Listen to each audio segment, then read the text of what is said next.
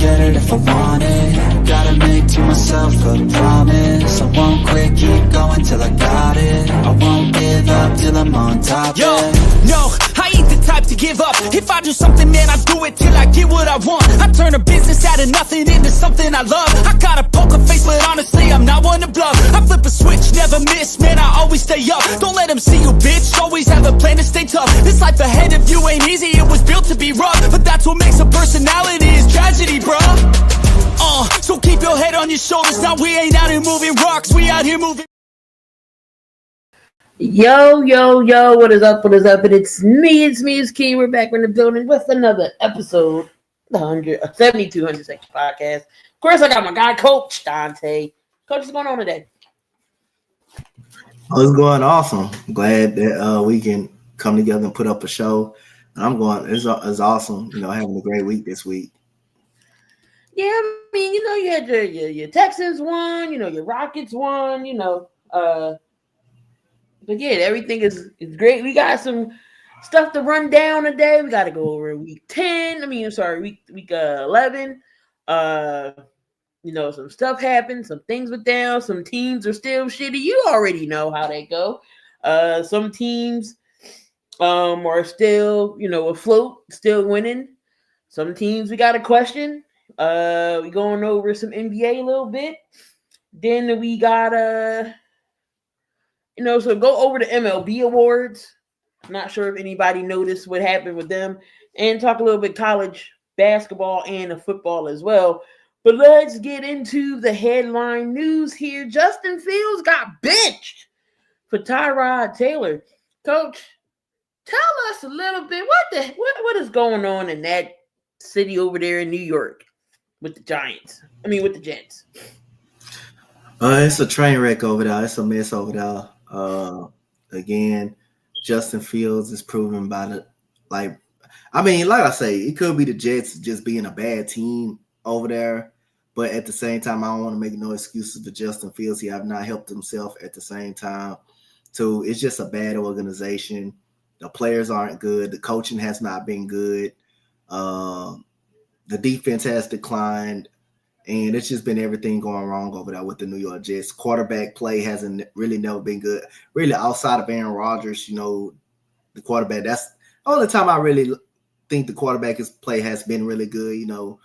They had history of Chad Pennington being good over there, but outside of Aaron Rodgers, really the quarterbacks that they drafted haven't been good. Even when Mark Sanchez and them, they went to the AFC Championship games, Mark Sanchez, it wasn't because of Mark Sanchez, it was because of that dominant defense that Rex Ryan them had. So other than that, Justin Fields had not helped himself out, and just organization just not good. And it starts from, the front office. You got to get some good coaching in now. You got to get some talent up on this team. You can't keep messing up on draft picks every single time you pick in the top 10 and stuff like that. You got to hit them.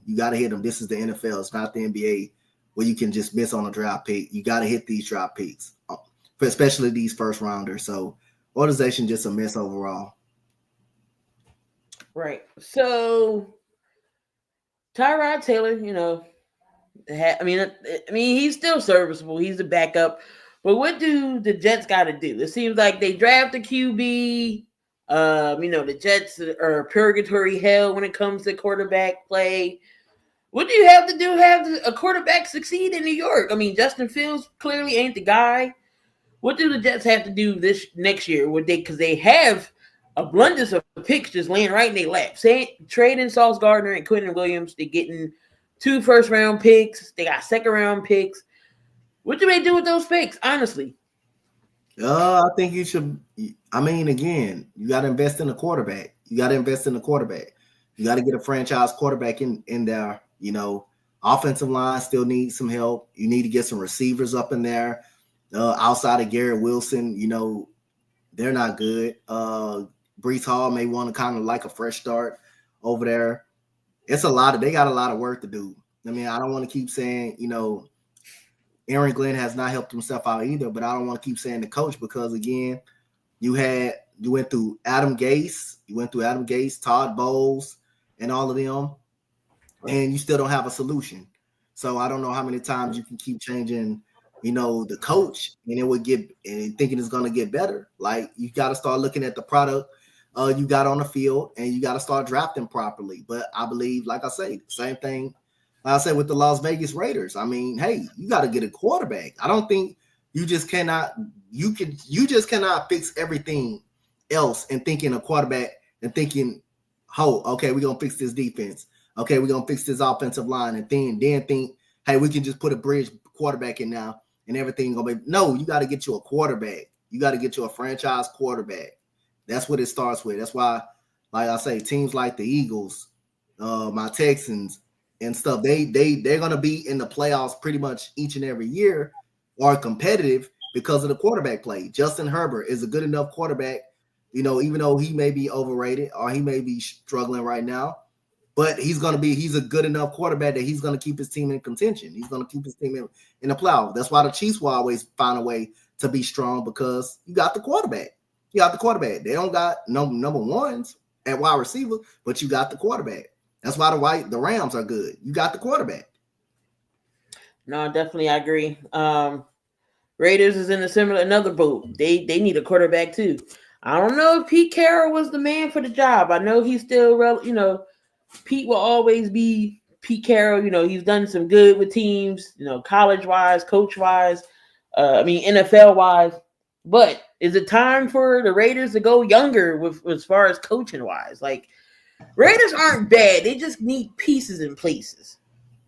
I think they're a bad football team. I don't know. I think that like I say again, like I say, I think the quarterback situation is not good. The offensive line needs to be better, but I think the Raiders are just I just think the Raiders are a bad football team. The same way I look at the Titans, they just a bad football team. I don't know if you can change the coach. I don't think the results change. I mean, you gotta like, again, for the Raiders, you just got to get the quarterback. I know you're struggling on the offensive line. I know you need offensive line. I'm not saying don't get the offensive line.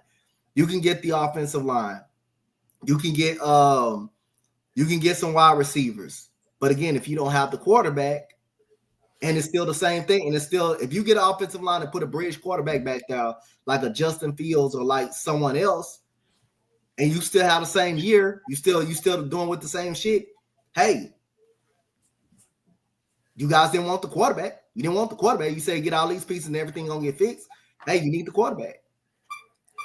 No, that's definitely true. Like the Giants. I mean, I can't say nothing about the Giants, but the way the Giants is playing with Jackson Dart and Scatterboo, the way their playing styles is, they're not going to be in the league for forever, because of how their running style is, especially Dart. He doesn't protect himself while he's running. I think this man already had 4 concussions already. Well, one that we know of, but he's been in the medical tent since he's since he's been named a starter. And then you lost Scatterboo. Well, that was just a ankle injury. But the way his running style is, you don't see him lasting long in this league. So you think the Giants can fix Jackson Dart's playing style as far as going as protecting himself moving forward? He's got to want to protect himself. He can't continue to take hits. That's on Jackson Dart. You got to get down. This ain't no college stuff when you can just get away with everything, where you can just not slide and just get away with it. These are grown NFL men. These are veterans that look to break you in half if you run the football. So Jackson Dart got to fix him. He got to fix himself. Like, Jackson Dart got some potential. He got some potential in him. But again, when he's running the ball, he's got to be smart. He's got to slide, man. He's got to slide. He's got to go down. He's got to be smart. So that's more on Jackson Dart. Jackson Dart got to be better at sliding. Yeah, most definitely. Speaking of another quarterback, Michael Penix is out for the year with an ACL. Another ACL injury for Michael Penix. Got Kirk Cousins up there, going to get the start for the rest of the year. Let's talk about Atlanta. They had Kirk Cousins. They get Kirk Cousins on this big deal. I still want his agent, because his agent is the man to get him all that money. And then they draft in the first round Michael Penix Jr. What happened to him? He still had a knee injury during the draft in college or whatever. So he comes in late last year or whatever to take out Kirk Cousins, and then this was his first official full season. Now he's hurt again. Now is Atlanta back to where they was at before Penix got here of looking for another quarterback. What do you do with Cousins? Do you give Penix another chance? Do you draft another one? What is going to happen with Atlanta right now? Now, this is a tough spot for Atlanta, though, because I don't think Penix going to be ready by the season start next year. He tore his ACL up. So he's going to be out for some time, including next year. That's some recovery time. ACL just bothers your lateral movement. I mean, he's still going to be able to walk. It just messes with your lateral movement, but he's still going to be out. Kirk Cousins, you don't want him at the starting quarterback. Oh, it's pretty tricky. It's pretty tricky for Atlanta, man. I don't think they would go quarterback, though. Most people don't think they should go quarterback, but I don't think they will, though. Well, mind you, they don't have a first round pick. You know why? Yeah. They gave it to they got it. They gave it to the Rams. The Rams got their pick. So the Rams got their number 8 pick, and then the Rams got their own pick.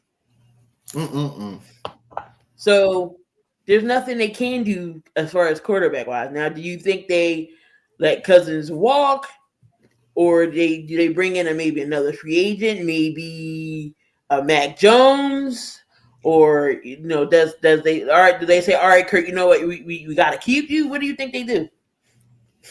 I think if I'm Kirk Cousins, I walk myself. You ain't got to tell me to walk. I walk myself. They already don't want me, so I walk myself. I'm Kirk Cousins. I think they're going. I think they'll get another quarterback in the free agency block next year. Because I don't expect Penix to be ready by next year. Could you see Mac Jones going to Atlanta? I can see it. I can see any backup quarterback that's out there, decent backup quarterback that's out there. I can see them getting them. Because Mac Jones kind of proved himself when Purdy wasn't out. He's keeping things afloat over there with San Fran. Yeah. He's a pretty serviceable backup. And he liked tight ends. I mean, Kyle Pitts would be, if Atlanta don't get rid of Kyle Pitts. Yep. Jamar Chase is suspended for 1 game for spitting on Jalen Ramsey. The fine that this man got was up to almost $400K plus his game check, which is like $53,000. So it's like Slade was like, why so much? Well, for one, he lied. You got 99 million cameras flashing on you in that stadium during an NFL game, whether it's for replays, the TV networks. There's cameras all over the stadium, and you gonna lie to your face, and you gonna lie here on national TV and say you ain't spit on him when there's video of you doing it. Why do you think Ramsey reacted the way he did? He's just not. If y'all just beefing, he's not going to react the way he did like that. Y'all just jawing at each other. But there was a legit reason why he wanted to take your head off, and you spit on him. It's not like Jalen Carter spit, even though that was wrong too. But it's nothing like how But he's going to appeal. He's going to appeal. I still think the league is going to suspend him. Still, that appeal is not going to be held up. Talk about Jamar Chase and how dumb can you be by spitting on somebody? First off, in the streets, that's a fight. You may not come back from that because that's an assault charge for real. I suspend them for 2 games, to be honest. You're already not going to no damn playoffs. You already won't see that. So I give them a 2-game vacation, and then you lied to the public. You lied when there's cameras everywhere, showing that you definitely spit. What you lying for? Just be a man and say, yes, I got frustrated. I spit. So, the camera's going to catch you anyway. They're going to find it. It's different angles. They're going to catch. It's different angles. They don't catch you from. So at the end of the day, once you disrespect someone like that, Jalen Ramsey had a reason to punch his head off his shoulders to try it. So I thought it should have been at least 2 games. You ain't going no damn playoffs anyway. So hey, so it should have been. I think. All right, I'll be giving. Who I would be giving a phone call. Tell Joe Burrow to sit his ass down. We don't need your services tonight this year. Dude. Why is Joe Burrow coming back? How many games suspended? They gave him 1 game suspension. They gave him 1. Facts. I'll give him an extra game. I would have given him 2 games. I would have actually gave him another game. You ain't going to no playoffs. You ain't in no contention anyway. Then you straight lied. Like in a lot of cameras, ain't no cameras there, or no angle where they can catch the spit or nothing like that. And no player's gonna react like that. No player's gonna react as much as Jalen Ramsey did. No matter how much people don't like Jalen Ramsey, That man ain't stupid. He fighting right like that for a reason. He's fighting like that for a reason. Right. And if I'm the Bengals, all right, NFL gave you one, guess what? You get another one. So that's 2 games you ain't playing. If I'm going to be old school, I'm going to call his mom and have him discuss it in front of mom. Right. Do you know, Mrs. Chase, you know what Jamar did today? I can't say I've gotten that phone call, but I've been witnessed it. My brother getting those phone calls from school. Shedeur Sanders started the second half of the Browns and Ravens game only because Dylan Gabriel's in concussion protocol. And Shedeur had an opportunity to actually win the game. Your thoughts on Shedeur? And it looks like he may start this week as well against the Raiders. But your thoughts on Shedeur? By him having reps with the first team, is it possible you think he could win this game Sunday? Against who? Cleveland and the Raiders. I think it's possible. It's the Raiders. I think it's possible, but I don't got them winning though. Against the Raiders, it's possible. It's very much possible because the way the Raiders play. But I got the Raiders winning. Do you think Kevin Stefanski is setting him up to fail, or haven't give him enough to want to try to succeed this year? See, I don't know about that. I don't want to never say the coach setting a player up to fail, because at the end of the day, we all would never know that. We all would just never know that. They won't come out and say it. But like I say, it's a reason. Like now you look at it, it's a reason why he was picked in the 5th round. Now that you see it. Vic says Sanders has 65% chance of being there. Yeah. I truly believe if he's with the ones, he gets reps with the ones. If Stefanski is smart enough, he would put the plays in that's comfortable style of playing towards Shedeur. He'll be successful. When he came in for those 2 minutes and had Baltimore on their heels, he looked good. He looked okay for some questionable throws. That one pass he overthrew the receiver in the end zone that was definitely catchable. That definitely would have won in that game. I see flashes. So if he's with the ones, I think it could do something. It just seems like the receiving core played better with him than they did with Gabriel. That's just my opinion. If the coach does, that would be the fine. Yeah, that's final name is Coffin. What else we got here? I know some others got injured or not. No, nothing else. Nobody else got injured. Whatever. We gonna go over week 11. We seen some close games. We seen some good games. We see some ass whoopings. But overall, for the most part, last Sunday, the 1:00 games was solid. Last week, week 9, them 4:00 games are straight ass whoopings. But we had starting off, the Thursday night game, we had the Jets going up against the Patriots. Donte, did you suspect that the Patriots were going to be 9-2? No, not at all. But great coaching by Mike Vrabel. Players are stepping up. Drake May elevating himself to a good standard. The receivers are stepping up. The defense has been actually good. Henderson has been good as the running back. They getting contributes out of everybody, man. Out of everybody on that roster. But you got to shout out to Mike Vrabel, man. He came in, someone that won Super Bowls with the organization. He came in. He switched the culture of that organization. He got them disciplined in that organization. Drake, the players bought in, and Drake May looks absolutely good, man. He looks absolutely nice over there. So nobody expect him to be the record they supposed to be right now, but got to give all credit to Mike Vrabel for changing the culture over there. And Drake May is doing his job and playing well. Keyshawn Boutte is doing very good over there. Everybody thought he wouldn't be in the league for a while. He's resurrects himself. Stephon Diggs also plays a role over there, being that veteran wide receiver over there. And Hunter Henry has been solid too. So, and that defense has really been good for the Patriots. So, Mike Vrabel got a good coaching staff over there. Yeah, that Vrabel was the missing piece. Just imagine maybe if Vrabel was there last year instead of Gerard Mayo. But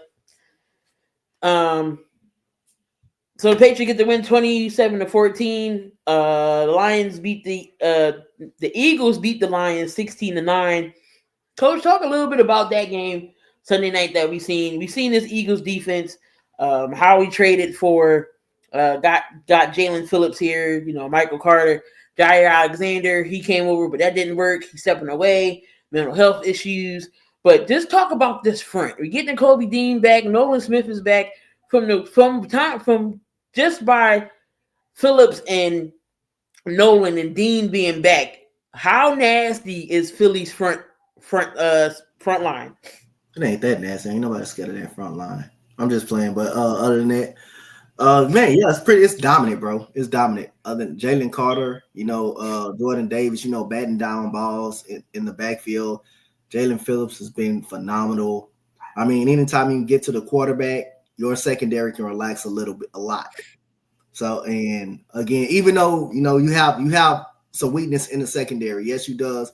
But if your defensive line can get back there each and every play and still rush 4 or 3, and they still can get home, that helps out the secondary a lot more. But that front seven is dominant.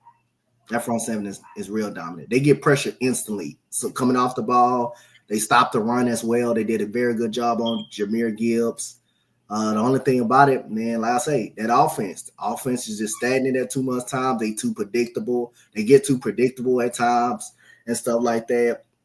AJ Brown crying about the ball every time and stuff like that. It's just too much going on the offensive side. But that defense is definitely elite, though. That front, and it starts with that front seven. You got to give a lot of credit for that front seven, how they get to the quarterback and stop the run. They had the Commanders overseas in Madrid going up against the Miami Dolphins. Commanders, they lose that game 13-6. Jaden Daniels is out with a elbow injury, but they said his season isn't over. You might as well just sit him for the rest of the year. There's no point in bringing him back again. You're not going to the playoffs. Let Mariota do what he do, and then just finish off the season. You had the you had the Steelers beat the Bengals 34-12. Looked like Aaron Rodgers is hurt. His wrist, he has a slight break in it. So you're gonna have Mason Rudolph back there for a little bit. Do you think Pittsburgh's winning the North? Not that much as I'm looking at the Pittsburgh is 6-4, right? Huh? Pittsburgh 6-4. Yeah. And the Ravens 5-5, right? Mm-hmm. The more I look at the Ravens and how they playing, I think the Ravens will come back and win this division. Because you can't. It's looking like that. Yeah, the way the Ravens are playing, that gives me the way they are playing, man. And then, like I said, when they healthy, when they have a healthy defense, and the more I think they will win the division, because you still can't trust Pittsburgh defense. I mean, they played against. Well, I'm not gonna never knock a team who playing against. You do what you're supposed to do. You get the win. I mean, but again, you still don't trust that defense, because the way they played against the Bengals, you still don't trust the defense. And I think Jalen Warren may be hurt too. What's up, Ern? Breaking news: all the Raiders players are out this week with the sorry as shit Titus.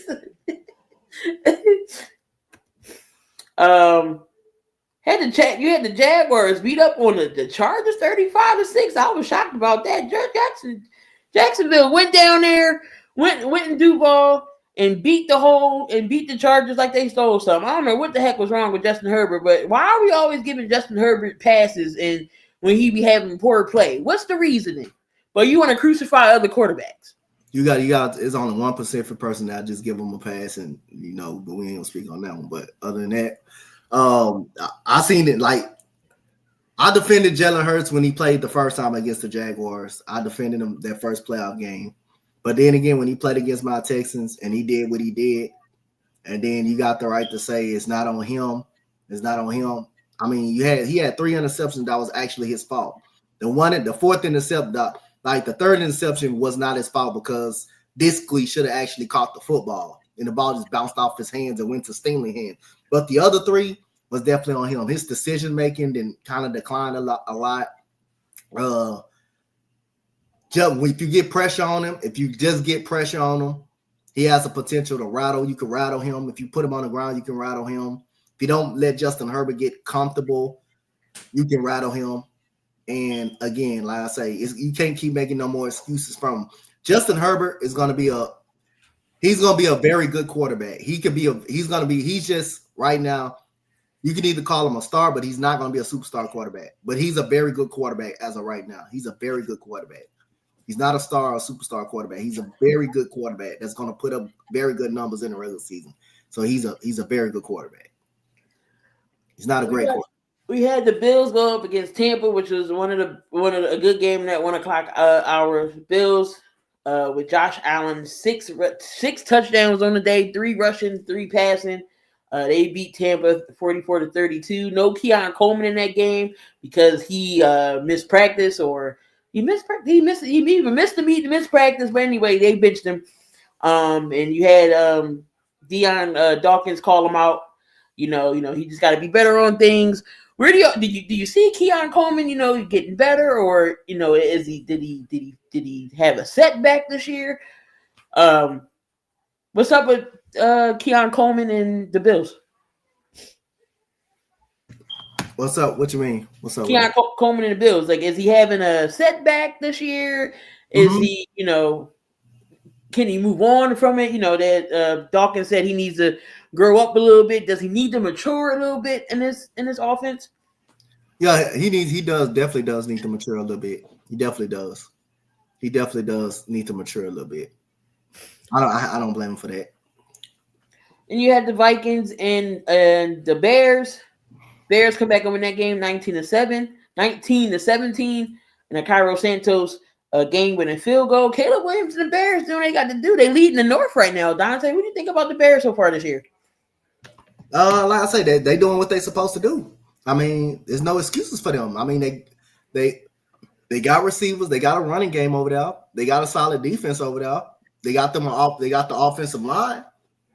Like it's getting better and better. There's really no excuse. Now they do got some tough games coming up too, though. But other than that, yeah, they're doing what they're supposed to do. If they don't make the playoffs, it's a disappointment. It's just a disappointment. Because they definitely 7-3 like now. Speaking of Chicago, Ghoulie, every game is a damn heart attack. But at this point in time, I'm just going to shut the hell up. We're number 1 in the division for a week now. We could beat Aaron Rodgers and the Eagles, probably not. The Bills. Your Texans came to play. He came back and won against the Titans 16-13. Still, CJ Stroud is in concussion protocol, and Miles Davis Mills will still get the start for this week coming up for y'all. The Panthers sweep the Falcons 30-27. Talk about the Panthers, Donte. When they all said, what we seen last year, they wasn't that great, but they competed in games. This year, they have been playing very well. I'm not saying that Carolina is going to get a wild card and get in the playoffs, but they are 6-5. Talk about how an improvement Carolina was from this year to last year. Bryce Young got better. That's the improvement. Bryce Young got better. Rico Dowdle has been really good. And other than that, the coach, Canales, he was on the verge of getting fired last year. They brought him back, which that was fair. And everybody just been stepping up to the plate. Receivers have gotten better, but Bryce Young has gotten better. That's the key. Bryce Young was the key for this team getting better. Yeah, Bryce is playing good. Again, Chuba Hubbard's back. T-Mac is out there catching the ball. Xavier Legette trying to come back around in the picture because he fell off this year. Last year he was having a good year. He did get a touchdown this game. But what do you think of the Panthers need a few more pieces to say, you know what, they can be a playoff team? They can use another running back. They can use another wide receiver. Can never have too many receivers loading up. J.C. Horn just got to stay on the field, man. We don't call him he's a great cornerback when he's on the field, but again, the problem is he don't be on the field. But other than that, they still need some help at receiver. I like Ted McMillan. Ted McMillan caught a big touchdown yesterday for him, and they still young. But like I say, the key is Bryce Young. Bryce Young is getting better. His decision making. Yeah, the Tampa 6-4, Carolina 6-5. They right there in the division. That's wild. Who would have thought? Tampa and Carolina could be, fighting for possibly, division leaders or winners. Yeah, they just need a few more things to get them over the hump. But they're playing very, very well. Who was to say Rico Dowdle would be they saving grace with that 1-2 punch? That's a 1-2 punch combination they got. Chuba Hubbard, he's very underrated. And then you add Rico. Rico has resurged with Carolina. Because he wasn't really doing that with he wasn't doing that with Dallas. You got the Packers and the Giants. This was a good game as well. The Packers pulled it out 27-20. You got the Seahawks and the Rams. This was a great game as well. But Sam Darnold was back to Sam Darnold seeing ghosts. The Seahawks only lose by 2, though. But talk about the Rams this year, Donte. I mean, shout out to the Rams, man. I mean, Jared versus that dude over there. Matthew Stafford still going strong. Devontae Adams is just gotten better and better with the Rams. I mean, you got Kyron Williams, who's a very underrated running back over there that's running the football. I mean, he can do a better job on not fumbling the ball so much. But other than that, man, you got Puka Nacua over there that's doing very good. That defense has been solid, but Matthew Stafford over there still going strong, man. Still can throw the ball, throw that 27-2. 27 touchdowns, 2 picks so far. Do you guys think the Rams get a quarterback?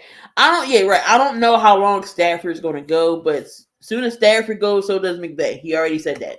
He don't want to be part of a rebuild. So if Stafford leaves, McVay might go. So the Rams might even get a whole new system in there. Clearly with the Steelers, there'll be Will Howard's season. I'm going to tell y'all now, Will Howard will be a problem for years to come, especially if Tomlin stays in. Well, right now they got Mason Rudolph in. We had the 49ers and the Cardinals. 49ers win 41-22 with the return in Brock Purdy. And Jacoby Brissett sets the NFL record for throwing the most passes, completed passes, with 47. He was 47-57. 452. 2 tubs, 2 touchdowns. 2 tubs, 2 interceptions. They really didn't have the running game. No Marvin Harrison Jr. that game, but Michael Wilson and Trey McBride was his leading receivers. Brissett still out here balling. I know it was in the loss. But he still was. We all knew they was going to lose to the 49ers. But he's out there slinging the rock still. 40 only missed 10 passes. That's wild. Then you got the Ravens and the Browns. Again, the Ravens are on a hot winning streak. I said the Ravens got to run the table for them to even try to get back in the playoffs and win the division. But they win the game 23-16. The Chiefs. Donte, what is going on with the Chiefs? The Chiefs lose to Denver. Denver moves to 9-2. Lead in the AFC West. The Chiefs fall 5-5, but 22-19. Talk about Denver this year. What is it? Is it lucky they're 9-2? Is it their defense carrying them? I know it's the offense. They're spotty at times. What's going on with Denver? I don't think it's luck. It's not luck. I'm telling you, it's not luck. I'm not taking no credit away from a team from that team that is doing really good. Yes, their offense got some holes. Their offense do struggle. Their defense is legit though. Their defense is pretty good. It's pretty goddamn good. So RJ Harvey has been really good for them as well. He's been really good for them. Troy Franklin is a dog. Troy Franklin is actually a dog. He's been pretty good in the receiving game, helping out Cortland Sutton. Bo Nix has been solid in the fourth quarter, but I'm not taking no credit away from the Denver Broncos. I mean, you beat the Kansas City Chiefs. You finally cracked the code of the Kansas City Chiefs, and they are a pretty solid team. But would I say Super Bowl? I won't think they would go to the Super Bowl. I still got questions about that offense, but other than that, hey, like I say, Then we had the Monday night game. We had the Dallas Cowboys going up against the Raiders, 33-16. Geno Smith said he puts all the blame on himself. He said if the kids do good bad in school, you can blame it on me. Everything you're going to blame on Geno. Geno just haven't been playing up to, I don't know what kind of football Geno playing. 2 of 6, 2 of 8 on the year the Raiders fall. Dak Prescott, 25 of 33, 268, 4 touchdowns, no interceptions. Had Javonte Williams, 93 yards. George Pickens, 9 receptions, 144 yards, and 5 receptions, 66 yards for CeeDee Lamb. They both get a touchdown apiece. But before the game, CeeDee Lamb and George Pickens did not start that opening possession. They didn't go in for disciplinary reasons. They missed curfew. So every team has a curfew. Yeah, you can go out or whatever, but you have to be in your hotel room and can't, you can't. It's game day the next day. You're not gonna be out till nobody's 2-3 in the morning and think you're gonna play in a game with half-ass sleep and then gonna perform like crap. So yes, they have a curfew for a reason, and apparently they missed it. So that's why they did not start that possession. But the Cowboys moved to 4-5-1, and do they have a chance to turn this season around? Why were you talking about that? Why are we even discussing? No, I'm just gonna say no. But like I say again, I'm gonna say it again. Raiders need to draft a quarterback.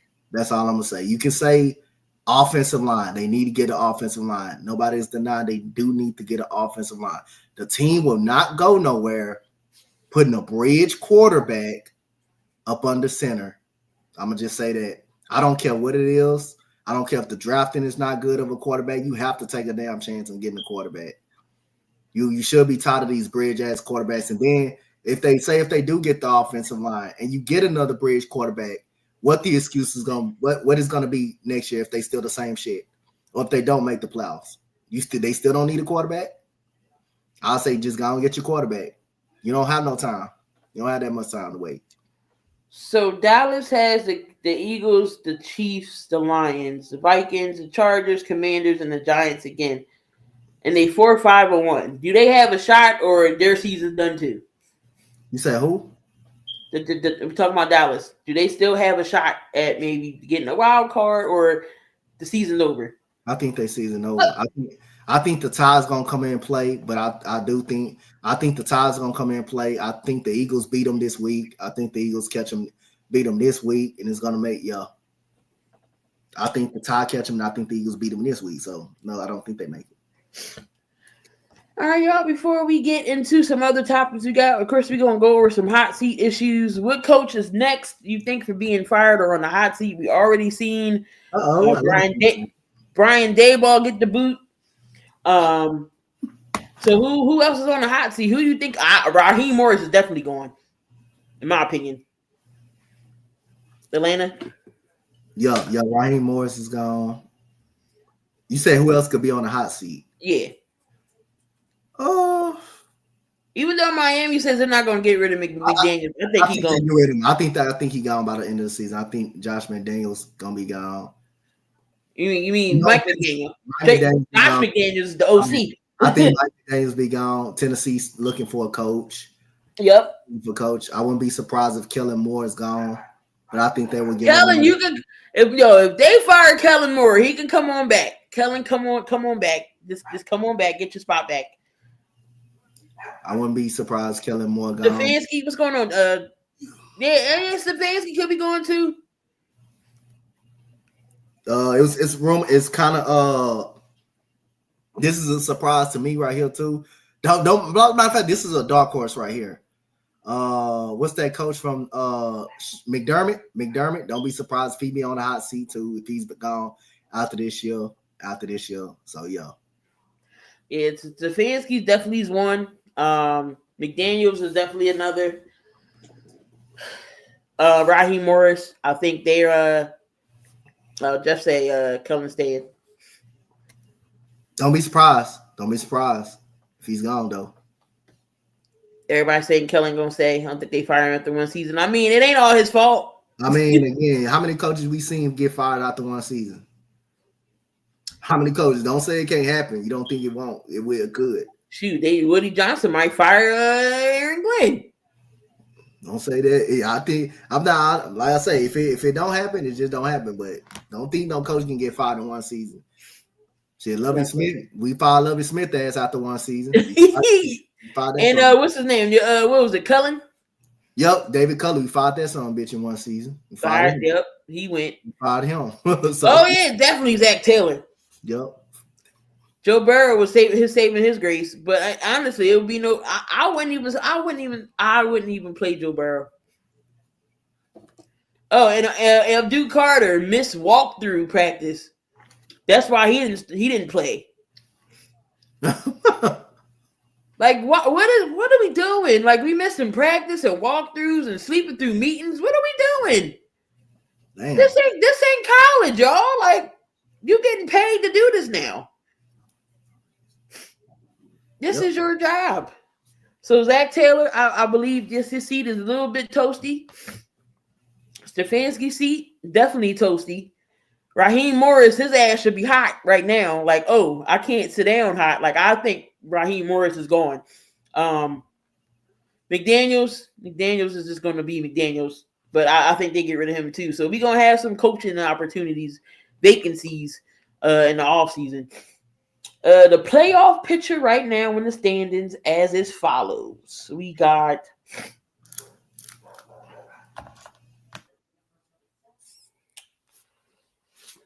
in the AFC in the East, New England's on top, 9-2, Buffalo 7-3. Of course, Miami's 4-7. The Jets is 2-8. Over there in the North, Pittsburgh 6-4, Baltimore is 5-5, Cincinnati is 3-7, Cleveland is 2-8. Indy is leading the South in the AFC, 8-2. The Jags is 6-4. Houston is 5-5, and Titans is 1-9. I didn't think the Titans was going to win a game. I didn't think the Jets was going to win a game, but nobody is winless. We got Denver over there in the West is 9-2. Chargers is 7-4. The Chiefs is 5-5, and of course the Raiders is 2-8. The Packers don't make the playoff.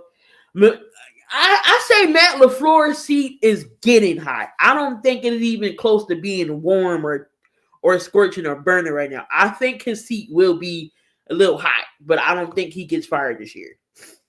I think after this, I think he got one more season for him to get booted. You think LaFleur going anywhere anytime soon? I don't want to say he's not going anywhere, but I think he's gonna get hot. I think it's very hot soon. Yeah, I don't think his ass is burning, but it's getting there. It's getting warm. Definitely get warm. And we got over there in the NFC. We got in the East, Philly on top, 8-2. Dallas is 4-5-1. Washington 3-8. Giants is 2-9. In the North, the Bears is winning the North for right now. They're 7-3. Green Bay 6-3-1. Detroit 6-4.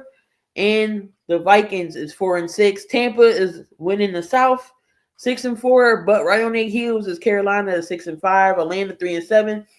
2-8 for New Orleans. Vic says, what has he done? I know he hasn't done anything really in the playoffs. Regular season. Then you got over there in the West. The West is a hot division right now. We got the Rams 8-2, the Seahawks 7-3, San Fran 7-4, and of course Arizona is 3-7. If the playoffs would have started today, the Chiefs would be nowhere near the playoffs. It would be Denver with that 1 seed. It would be New England and Indy, Pittsburgh and Buffalo, the Chargers and Jacksonville would be your wild cards. And in the NFC, Eagles would be the bye. The Rams at 2, Chicago 3, Tampa 4, Seahawks 5, Green Bay 6, and San Fran would get in. I feel Trevor's going to get Liam. Trevor going to get Liam Cohen fired.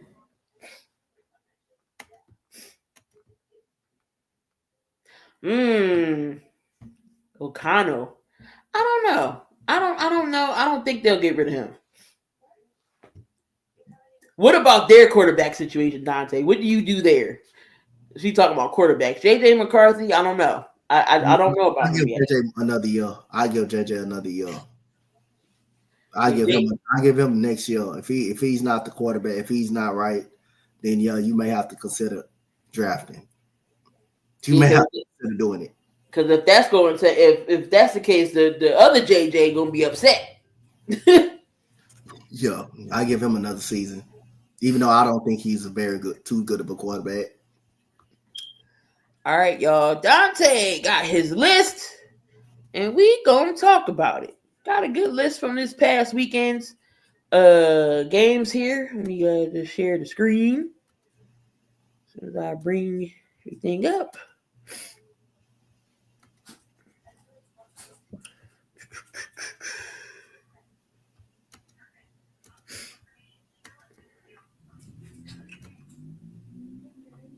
Yeah, they got a QB problem. We talked about this in the beginning. Either they draft somebody because Penix is not going to be ready by next season. You still got Kirk Cousins. Kirk Cousins will probably walk. I don't know what Atlanta's going to do. If McConnell gets fired, I think he's going to be the hottest offensive coordinator on the market. Look, any offensive coordinators, if y'all going to be available, because Kevin ain't coming back next year, we going to need one. But it's the coaches list time. Donte, who you got? So who you got, man? Who you got? Man, number 5, I got Gunnar Stockton. Gunnar Stockton was huge versus my Longhorns. My Longhorns was in it for a little while. Offense just stunk, just did nothing but stink. But Gunnar Stockton was good in that game. Y'all see 24 of 29. You have 4 touchdowns. He did have 1 interception, but there's a lot of questions about Georgia's quarterback situation. But Gunnar Stockton did his thing. The 2 early touchdowns, that was really good. And Montez Longhorn might be part of the playoff picture. But other than that, Gunnar Stockton, got to give a shout out to Gunnar Stockton. And the next one, we got Cam Boozer, man. Hey, this Boozer brother right here, he's gonna be a top 5 pick coming out of the draft. Somebody can use him. Hey, I know Philly won't be picking nowhere near because Paul George coming back. But other than that, Philly will be a playing tournament team. So we'll be a playing team or a playoff team because of the Eastern Conference. But Philly won't need this kid, even though they could use somebody like this right here. This dude a beast. Cam Boozer, man, 35 points. You got 12 rebounds, 5 assists. Congratulations, Cam Boozer. His first appearance on a Coach Donte list, and probably won't be the last because he's going to be a crazy guy. He's going to be a crazy guy all year around. Cam Boozer is really good, man. Cam Boozer is really good. He can shoot. He can overpower you inside. He can put the ball on the floor. He can rebound. He can do everything on the floor. And his twin brother playing with him, Caden. Yep. So number 3, we got number 3. Got to give credit. Bryce Young, man. Bryce Young led the team to a comeback. He led them to a comeback victory, man. 31-45, 448 yards. 3 touchdowns in the game from Bryce Young. Led them coming back, and he made a big play in overtime. He did make a big pass to his tight end in overtime to help them seal the game. But Panthers are good because Bryce Young is just getting better and better and better and better and better. So congratulations, Bryce Young. Number 2, we got this man right here. Y'all remember this man. He's only number 2 because of another performance. We're going to get to that performance. The only number 2. And, a person like this, a person like, him right here, you will think he'll be number 1. He said, Coach, you'll say, Coach, why he not number 1? Oh, hold on. What my stats say? My bad. Yeah. Look at these numbers. Look at this number right here. Y'all say, Coach, who's number 1 then? Y'all gonna find out sooner or later. Y'all gonna fit find out. But this the one that everybody said that Embiid was better than that guy. Right here. An NBA champion, a team that runs his offense. They plays the offense through him. 55 points against the Clippers, 12 rebounds, 6 assists. Man, you don't hear nothing about Jokic in the news or nothing. Jokic is quiet. In the off season, he go back home and he deal with his horses. Yep. You don't hear nothing. You don't just hear Joel Embiid always hurt, can't play back to backs, don't even want to play in Denver. That's all you hear. You don't hear nothing about that guy. That's why that guy is a superstar, and that's why that guy's probably the best player in the NBA. And number 1, man. Number 1 is not. It shouldn't shock y'all if y'all actually watch. It shouldn't shock y'all, bro. But look at this, man. Look at that. Hey, I'm not gonna say about the stat line. What do you see on the what's the last stat? Somebody tell me that in the chat. Look, read the last thing. There go the last stat right there. I'm not gonna say nothing, but look at this stat line. Look at that stat line. What do y'all see? What do y'all see? What's the last stat? Key, what do you see? If your eyes is right, what do you see right here? If I'm not mistaken, Donte, that says 16 steals. 16 steals. Do y'all hear that correctly, Vic? Burn, do y'all hear that? Do y'all see that? Do y'all look at that again? That is 6. I don't care who you going up against. No, I don't care who you going up against. That 16 steals in a basketball game, bro? How's you giving up 16 steals to one player in a basketball game? How's your team that bad to give up 16 steals to one player in a basketball game? And she added 44 points, 9 rebounds, and 4 assists. But 16 steals, that's goddamn. Y'all don't know who Hannah Hidalgo is. Y'all better watch her in Notre Dame, man. She's a bad girl, yo. Man, that's tough. Stealing cookies and shit from the cookie jar. Man, she's stealing people's stimulus checks up out of there, man. Stimulus check money. Picking everybody's pockets. But seriously, watch Hannah Hidalgo over there at Notre Dame. Noelle Ivy, don't play around. If y'all don't know who Noelle Ivy is, oh yeah, her son plays for the Detroit Pistons, Jaden Ivey. So you already know she don't play no games. But Hannah, y'all gonna watch? Let's just watch out. I'm gonna drop some names for y'all later on when we talk about the college basketball players to watch for. But yeah. But that's Coach's list right there. Hannah Hidalgo. I'm sure she won't be the last time on this list because I'm sure she's gonna have her on there a lot. She's gonna be on there too much that I'm gonna have to ban her off the list. Caitlin Clark. But let's do these picks and predictions for week 12, and then we'll get on to the MLB awards here if y'all didn't know what happened. So it's crazy. We are at week 12 already. Like, I feel like this season is flying past. Is my phone wanna act right today? All right, here we go. All right, week 12. We got that Thursday night game with your Bills and your Texans, and the Bills have never beaten the Texans. The Bills ain't my team. You talking about my Bills? No, I said your Texans and your Bills. You said my Bills and the Texans. Oh my God! Go ahead though. Bills never beat the Texans. Who wins? I'm taking the Bills. Our defense is gonna compete with them. Our defense is gonna compete with them, but I just don't have much faith in the offense too much. I think our defense can play with them, though. Our defense definitely could play with them. Yeah, I'm gonna go. I'm gonna take the Bills here. Eagles and Cowboys. This is our first one of many, couple of afternoon games. Because after this, we don't have no more 1:00 games. When the Eagles and Cowboys play? 4:25. I'm talking about what day? Oh, Sunday. Oh, sorry. I thought that was Friday. I'm going for the Cowboys. I'm just playing. I'm taking the Eagles. All right, the Bills are about to end that streak. Besides, I got the Eagles. Josh Allen will have 300 plus 3 tubs. Yeah, I got the Eagles here. I don't think that it's just that front. I just don't know how Dak is going to do it. Now, throwing wise, it could be an issue only because of one certain cornerback that I'm not too highly of, but he's been getting so. Even my poor child was yelling in the background on Monday night. Oh my God, Adoree Jackson actually did something. That's why I was sitting up here laughing because you hear him saying it. We got the Colts and the Chiefs. Do the Chiefs bring the Colts back down to earth? Yes, I believe the Chiefs bounce back and win at home. Yes, I'm taking the Chiefs. Yeah, but that's true. Our offense can win this game, lose this game too. Yeah. The reason I wanted to go with the Cowboys, but yeah, I got the Eagles defense just too good. Give me the Chiefs here with the Colts, the Bears, and the Steelers. Dude, that's a trap game, bro. Damn. I'm gonna take the Bears though. I'm gonna take the Bears, but that's a trap game right there, boy. I mean, I feel like the Bears could win this game. I mean, I'm taking Chicago too, but it's Mason Rudolph.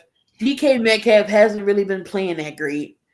But you know what man is taking souls?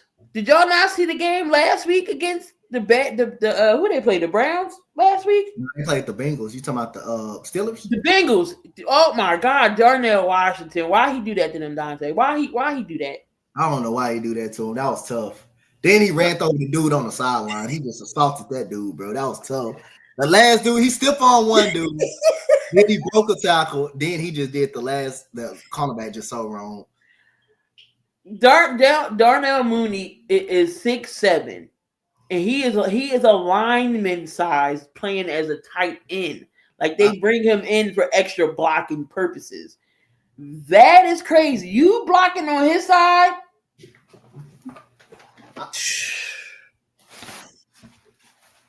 We got Coop. We need Coop to shadow CD and Quint. Yeah. The Jets and the Ravens. That's the Ravens. The Ravens better not lose to the Jets. You can pass me up on that one. The Seahawks and Titans. Seahawks bounce back. Sam Darnold ain't getting 4 picks this game. No, pass me up. Vikings and Green Bay. Give me Green Bay. I think they bounce back. Yeah, so do I. Trap game. I do think that's a trap game, though. I do think that's a trap game. Lions and Tigers and Bears. Oh my! Giants versus the Lions. Give me the Lions. I think. Lions come back. Jameis Winston is getting the start, even though Jameis didn't play bad. He didn't play bad. Jaguars and the Cardinals. Say who? Jags and Cards. Oh my God. Jags. I'll take the Jags, but damn.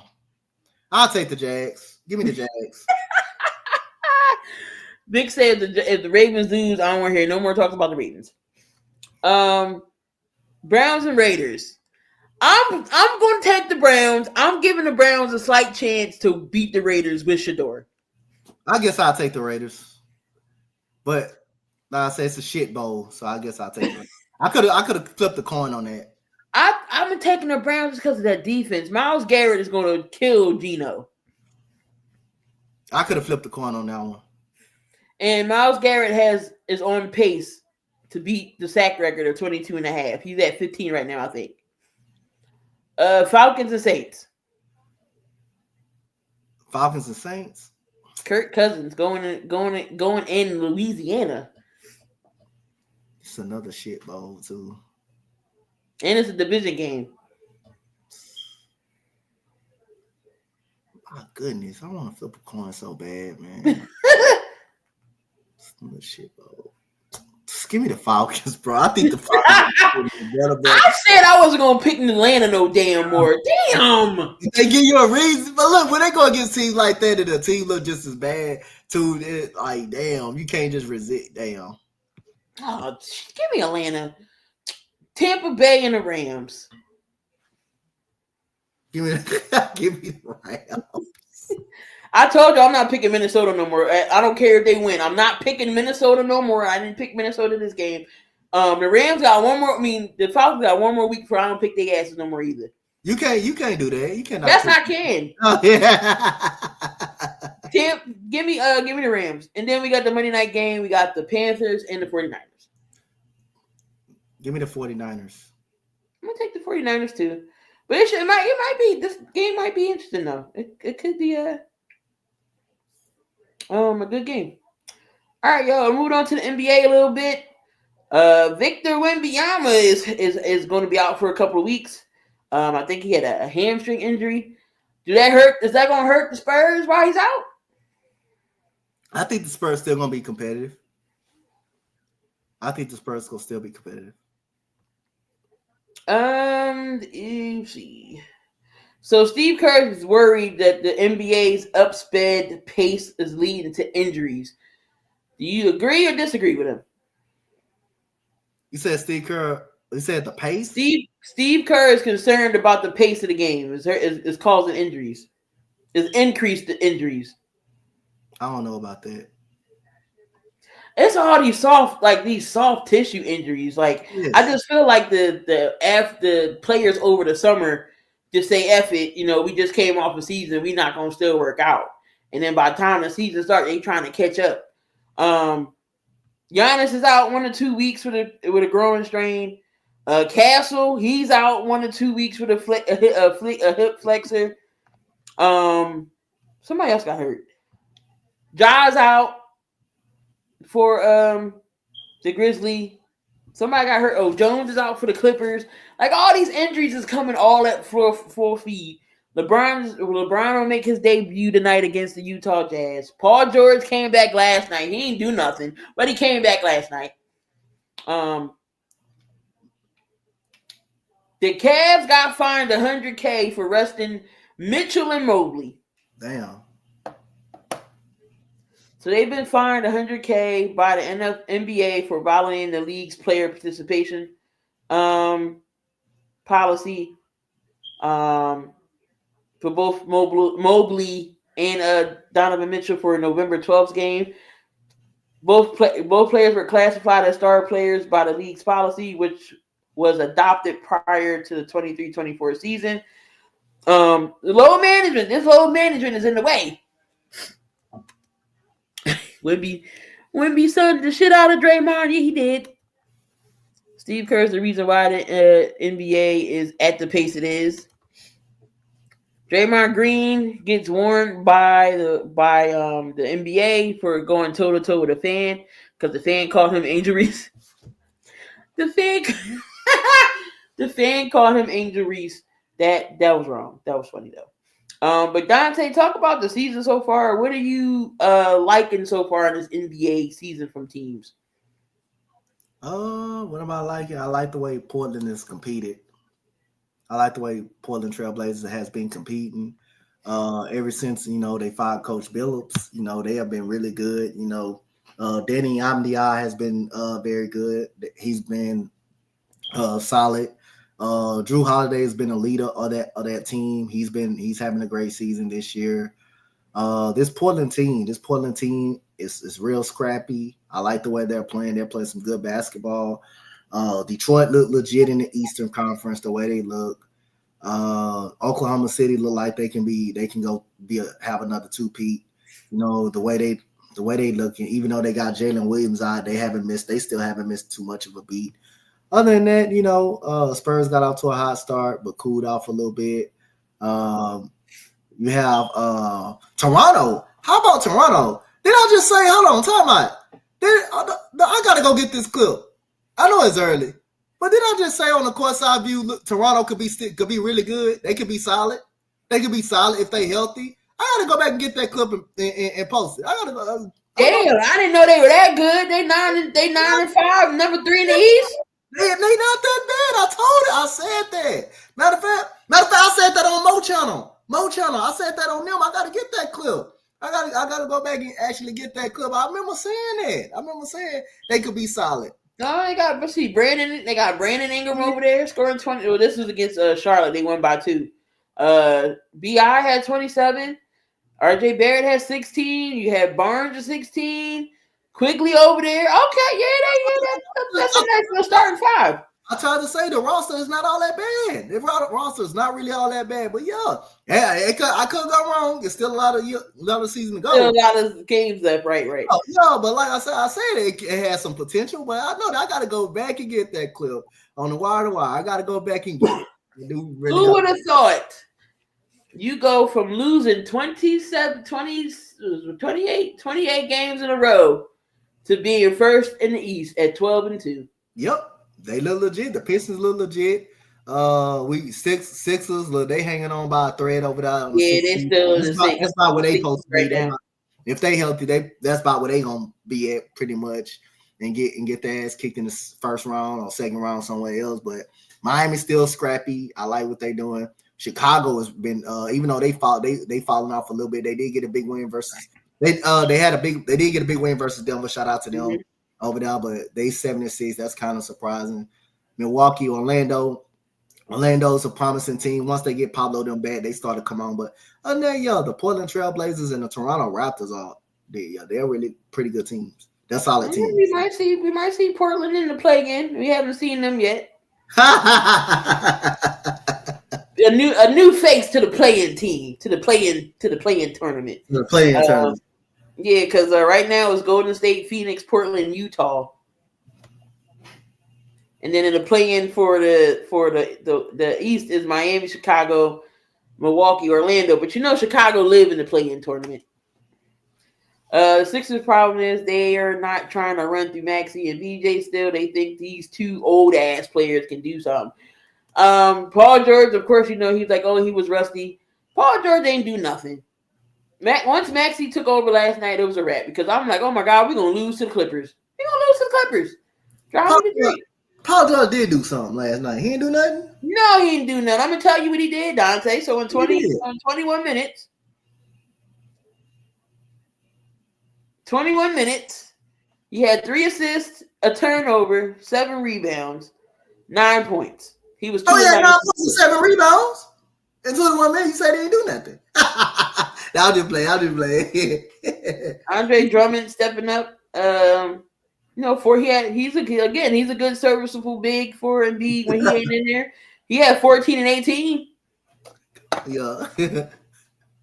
He even shot a 3. Yep. But Maxey was the star of the night. 39 points, 13 to 27, 4 from 11 from 3, 3 rebounds, 6 assists. Quentin Grimes had 18 points. VJ contributed with 14, and again Drummond had 14. So, hey, what you call it? Hey, this boy is going off over there in Charlotte. Conker-Nipple? Oh, Conker-Nipple. He's going fucking crazy over there. Oh, we play the Raptors. We gonna lose. Hey, big boy Conker-Nipple going crazy over there in Charlotte. He's going crazy over there right now in Charlotte. That's who Big wanted. That's who he wanted. He going crazy over there in Charlotte. Hey, Big wanted him bad too. Big wanted him. Yo, he going crazy over there. Damn, he had 24 points, 4 10 from the 3, 9 to 16 from the field. Who, Con? Yeah. Yep. He didn't tell me shit. I'm just playing. I knew Conker-Nipple was God. I just didn't want him to go to Philadelphia. I just didn't want him in Philadelphia. Philadelphia gonna find a way to fuck him over. That's the problem. Philadelphia gonna find a way to mess him over. Where he can just go to Charlotte and just be plugged in right away. Philadelphia gonna find a way to fuck him over. Look, yeah, but he going crazy over there though. Con. You ain't had to say all that, Dante. Hey, I just had to let it be known. I just got to give my boy Vic credit. I knew he was great. I knew he was a good player. I just didn't want him in Philly. He said we can take. We taking young Boozer. Hey, y'all ain't gonna be bad enough to take Boozer. Y'all ain't gonna be bad enough to take him. Y'all gonna be missing out all on the good cologne and stuff over there. Y'all don't make the play. Y'all get beat in first round. Don't make the playoff. Why Big say? I told y'all we should have got Conker-Nipple. I told y'all we should have did that. That's another pick Philly messed over again. Let go. Look, I wanted Dalton Schultz, but Dalton Connect. He's not doing too great. He's not doing too good, so y'all will be glad y'all didn't get. So him. I missed that. I dodged that bullet. Yep, I'll be glad y'all didn't get him. All right, so the MLB, if y'all was underneath a rock, the Dodgers did win the World Series, and Game 7, that was the best Game 7 of ever. Sports, don't matter if it was the NBA, NHL, that was the best Game 7.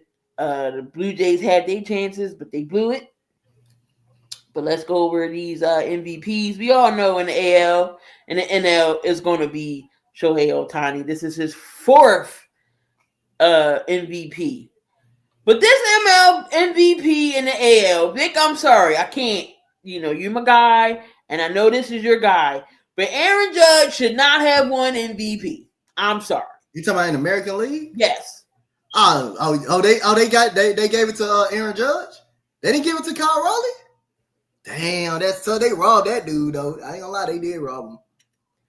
I don't know how the hell Aaron Judge got that award. Kyle Raleigh should be pissed.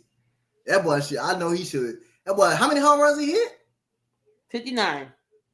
Damn, and he did all that and then still couldn't get the dang. They did rob him. I ain't gonna lie to you. He was probably the reason why the Mariners was Oh, I'm sorry. He had 60 home runs. he was the reason why the Mariners even got in the playoffs. Really 60 was home runs, 125 RBIs. he was the reason why they was afloat, why they actually stayed afloat to get in. Aaron Judge, 53 and 114. That's not bad though. Aaron Judge gonna put up great numbers. It's not, but 60 though. Yeah, that's what I'm saying. It should have actually went to Kyle Raleigh on that one. It should have actually did. That man just got robbed. He did. No, I'm not seeing that. I said, "Are you shitting me?" Yeah, he got robbed. Me, right? He did get robbed. He got robbed. He had 7. So Judge had 17 first place votes. How many Kyle Raleigh had? 13. Only by 4 votes.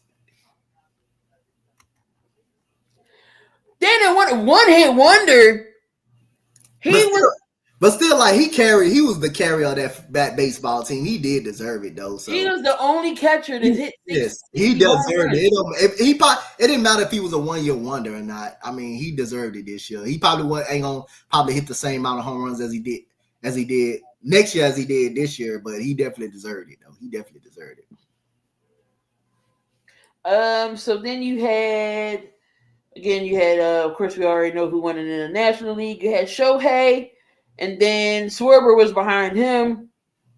But it was unanimous that Shohei was going to get that, even though Schwarber had more home runs than Shohei. But it didn't matter. He played both sides. What the finish? Did the Phillies make the playoffs? No. Phillies didn't make playoffs? Oh, yeah, we did make the playoffs. We lost. Y'all lost in the first round? Yeah. because what's the name wanted to throw it to home and not the first. Did y'all think y'all gonna beat the Dodgers? Did y'all actually think y'all gonna beat them? Y'all beat them in the regular season. Y'all thought y'all gonna beat them in the playoffs. All right, so American League Cy Young went to Tariq Skubal, Detroit Tigers pitcher. And then in the National League, you already know who. That was a unanimous vote with Skeens. You said Schwarber should have won. That was clearly Shohei Ohtani. Shohei Ohtani is clearly the best player in baseball. That's not even close.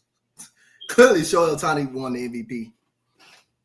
Now, if they would have robbed him, boy, it would have been a travesty, bro. That would have been a crazy. You had whoever voted, you had to put them in jail. You had to put them in jail. I swear you had to throw them in jail. But a lot of people saying that a lot of people actually picked Christopher Sanchez should have been Cy Young. I ain't gonna hold you. Sanchez played great for us this year as a pitcher. Yeah, he did. Y'all pitching style was actually solid when it was healthy. American League Rookie of the Year went to Nick Kurtz of the Oakland A's. He was good. Nick Kurtz is a beast. And then you had Drake Baldwin for Atlanta. The NL Rookie of the Year. Then you had on the coaching side, you had Stephen Voigt of the Cleveland Guardians getting Coach of the Year, Manager of the Year, and then Pat Murphy for Milwaukee Brewers. They get the NL. And then the other awards, you had Executive of the Year went to the Brewers. All MVP, my All MVP first team, courtesy of Axe. So Matt Olson, Nico Homer, Bobby Witt Jr., Jose Ramirez. You had Kyle Raleigh, Juan Soto, Aaron Judge, Corbin Carroll, Shohei. Then you had Skubal, Skeens, and Chapman. That was their meetup. He said if the Dodgers wouldn't won the World. We got if they won the World Series, Vic. They won the World Series. But now I think they still would have gave it to Ohtani though, to be honest. Ain't no way where you don't give it to him. That man raped. Schwarber had a great season, but that man Ohtani, my goodness gracious. And then that playoff game that he had them 3 home runs too. Oh no. Yeah. Aaron Judge and Ohtani won the Hank Aaron Award. Mariano Rivera Award goes to Adolis Chapman. Trevor Hoffman Award went to Edwin Diaz. We had some Gold Glovers. Yeah, that was it. So Donte, Go ahead. When it's all said and done, is Shohei Ohtani going to be the best MLB player? I think so. I think he is. Man, that dude can pitch. That dude can hit. That dude can do everything, man. He's dominant in both. He's dominant in both of them, though. That's crazy. I don't know what it is about these damn Japanese players. Maybe the Phillies need to get one. Everybody else getting Japanese players. Why the hell not? Shit. Is y'all gonna spend some money on them? We already got a damn $1 billion roster as it is, and Dave ain't gonna want to change it. He want to bring everybody back. Well, he don't want to spend no money. He want to get a new hitting coach. Look, we didn't even sign Schwarber yet. Oh, y'all for to lose him. Y'all ain't gotta worry about signing him. He may leave. He may walk himself. Has free agency started though for baseball? Has free agency that would devastate me so bad. Is free agency started for baseball? Fantasy baseball? No, I said free agency, like the winter. Use the winter time is used like it's coming up. Okay, it's coming up. Okay. It's gonna be a bunch. I think it's gonna be a bunch of signings coming up. You know. Oh, man, well, you know you losing short of this year. Keith said it's gonna break hard. Just like you. I told you the Phillies break my heart. I'm in an abusive relationship with them too. Hey, what was that person that you hate to lose that you lost? For the Sparks, you lost Aguma K. You remember we? We lost Enrique. Hey, that hurt the kid of them. I knew she would leave. I was like, oh my God, Necka don't go nowhere. She went to Seattle. We've been rebuilding ever since. They made the playoffs too, huh? Yeah, Seattle made the playoffs. But I'm still liking the Sparks. We got KP over there. I might gotta terminate my contract with them down wings if we don't be good this season. I ain't gonna lie. I might just wait. He not Philly all around. Vic's a Yankees fan. He's a Sixers and an Eagles fan, but then he's a Pittsburgh Penguins fan when it comes to hockey. And he a Yankees fan in baseball. Mm-hmm. All right, so that was your MLB. Moving over to the college scene. The boys is balling. I said I was going to start watching some boys games because I've been hearing some names. Of course, we all know Cam Boozer and his twin brother, Caden, is on the Duke team, and Cam is balling. Have you seen any Kyron Anthony games? Yeah, Kyron Anthony has been actually good, man. Ooh, man. Kyron Anthony has been good, man. Yep. His patience is crazy. But Melo's been teaching him the game since he was a young guy. And he's the way he be scoring kind of reminds me of shades of Melo a little bit. Like he's patient when he's bringing up the ball. He don't rush anything.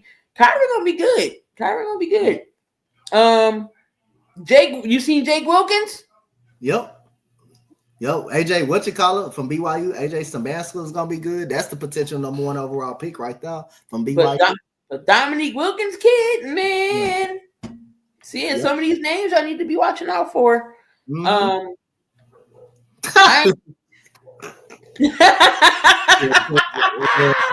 Hey, big boy, y'all gotta be bad. Y'all ain't gonna be that bad this year. Put Boozer and Jamani Broom together. You big wanted Janai Broom. The Sixers ain't playing that help more for that. No, he a two-way player. Yeah, I know, but the Sixers ain't gonna take their time with him. He ain't gonna get out there on that court no time soon. He ain't lying. Whenever you got JJ Redick yelling at Bronny for not shooting the damn ball, that's an issue. That's tough. He had an open three, he gonna pass it. And JJ was like, shoot the ball. You heard him, shoot the effing ball. Oh my God, you got JJ cussing. Y'all gonna be in between the 6th seed, 5th, or playoff team. Well, we can't be no higher than 7 because if that gets snatched by OKC. Who? Let's say if we're bad again, let's just say that. We can't go higher than 6 because OKC will take our pick again.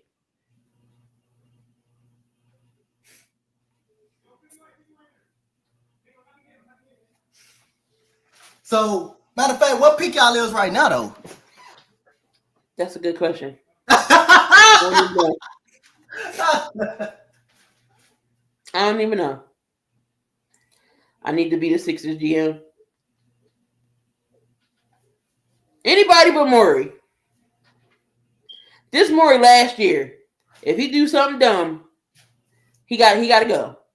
Josh Harris got to take his ass out of the Commanders. Commanders is losing right now, Josh.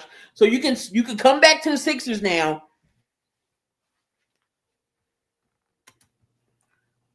But damn, like, but like this, so y'all don't know what y'all pick is this year. Y'all don't know what the pick is this year that y'all have. Is it? It ain't. It's a high pick or a low kind of. I don't know, but I know if we can't go we can't go higher than 7 because OKC will take it. The 7th overall pick or what? Like, we can't. Let's like just like this year when we got VJ at 3. If we had a 6 or if we had 7 or higher, OKC would have took it. Damn. But that's this year? They'll take y'all pick? I think so. I think OKC would take if we had a low draft pick. Yeah, I if I'm not mistaken, they might take our. I think they do take our pick. I don't freaking know. I'm tired of OKC taking shit. I know that. Yeah, y'all getting robbed by OKC. Y'all can't catch a break. Hold on, let me see if I can Google it real quick. Golly, y'all get y'all picks. 2026 draft pick.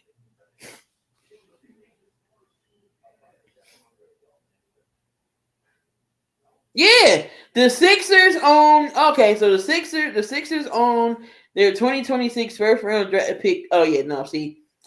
Okay, so the Sixers own their 2026 first round pick to OKC with their top 4 protection. If the Sixers first rounder lands in the top 4 picks, they would keep the pick in protection that will roll over to 2027. If the pick ends up being top 4 again in 2027, the Sixers would instead send it to OKC and their 2027 second round pick. Well, shit, we just can't do nothing. You know where this is from? What? This all happened when the Sixers set this pick in 2020 to OKC, which included Al Horford and Danny Green. So y'all ain't even keep y'all pick, huh? We did all this to get Al Horford off the team, and this is what we get. That's the frustration y'all get, and what they give y'all. Y'all need all that to just get. Y'all got that man off the team. He won a championship in Boston. Because we traded Al Horford to OKC in 2020. I remember that. And we was praising Daryl Morey for getting his ass off the team. And look what it did. And he won a championship in Boston. And y'all gonna get y'all pick snatched up.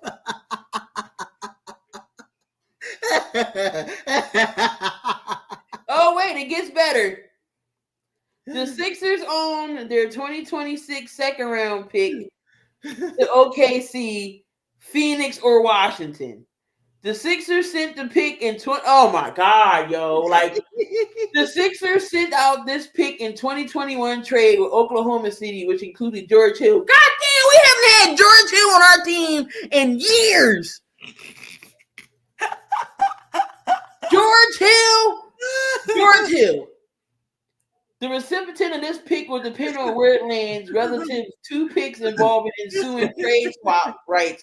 But the Sixers do not have ownership of it. I would love to hear big boys. I would love to. They got no.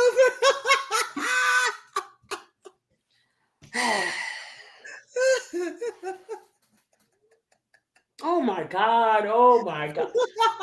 That front office killing y'all, bro.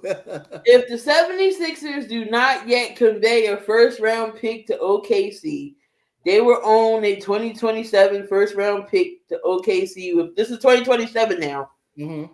With a top 4 protection. If they convey a first round pick to Oklahoma in 2026, the Sixers will own their own 2027 first round pick. If the Sixers do not convey a first round pick to Oklahoma in 26 or 27, the Sixers will indeed send Oklahoma with their 2027 second round pick. Jeez, damn!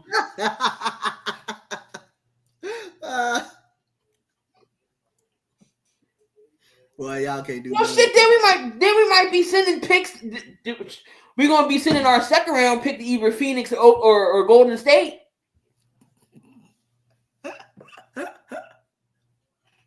Y'all just getting raw, bro. Y'all just getting finessed. Bruh. Vic, why do we keep doing this to ourselves, Vic? Why?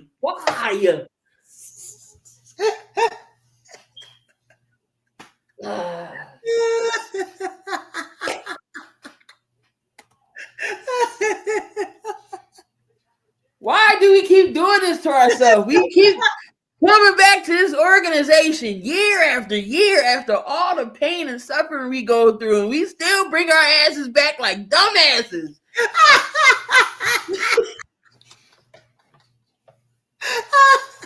Oh my God. I saw pics like early on this show. But y'all went by like, I think what that was, 4-0 or something like that. Big said, I might have hope. No, the hell y'all don't. I didn't get sucked in. No, the hell y'all don't. Y'all hope is just getting in the playoffs. We're not gonna have picks for a while because 2028 you gotta get that shit to Brooklyn because of James Harden. Y'all got robbed by Brooklyn? Yeah, because the Sixers owe their pick 2028 first round pick. It goes to Brooklyn. Oh, for the James Harden trade, right?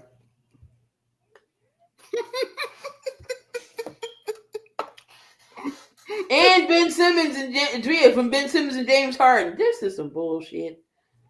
That's tough, bro. The 2028 first round pick goes to the Clippers.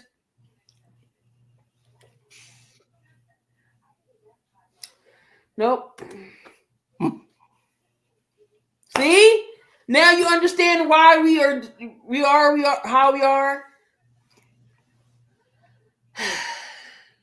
I told you the Flyers are the only team in the city that nobody talks about because we know we rebuilding with hockey.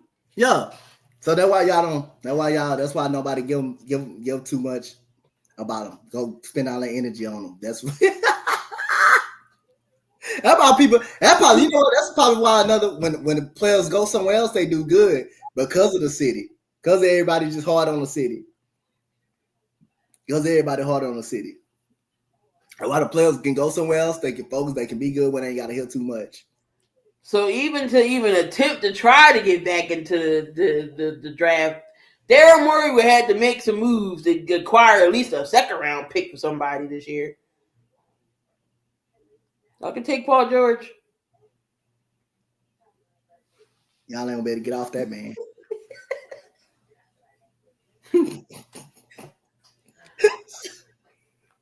Hey, y'all know what would be actually a good GM for y'all if he actually can come out of retirement. Bob Myers, if he ain't GM and with No, wait. Oh, thank you. We got some hope. Bob Myers is in our front office. You say what? Bob Myers is in our front office right now. Yes, right now.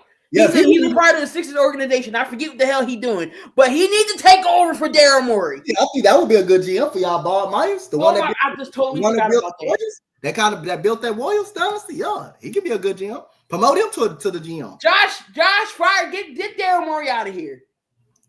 Yeah, I forgot about that. Bob Myers is in the Sixers organization. You said give me Bob Myers is good though, Vic. Yeah, Bob Myers is the president of this organization. No, he's the president of the he's the president of sports for the ownership group for Josh Harris. Yeah, Bob Myers would be good. Bob Myers would be in his new role. He's not involved in day-to-day basketball operations, but he will oversee the sports strategy. Yes, he do need. Yep. Nope. If Daryl Morey gets fired, Josh Harris better say, "I need you to take over the team." Yep. He is the Howie of the NBA. Yep.